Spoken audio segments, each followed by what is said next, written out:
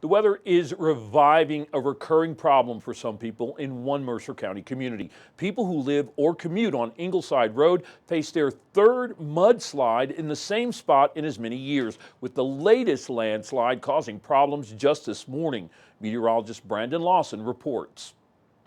It is a scene that is known all too well on Ingleside Road, as the West Virginia Division of Highways works to clean up the third mudslide here in 3 years.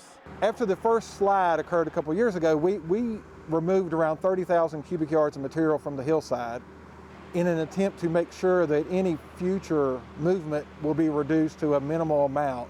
Each mudslide here has occurred in the month of February, and although no one has been hurt, first responders are concerned that future slides could lead to potential injuries. If that mud's moving pretty good, it can take you over the guardrail or do whatever. If we get a fire call down here and this is in the road, we've got to go plumb to Ingleside Road or 77, come all the way down 77 and then come back to fight it. For more expertise on mudslides, I spoke with National Weather Service representative Phil Heisel. How can mudslides like this get so repetitive, and is there any way to mitigate them?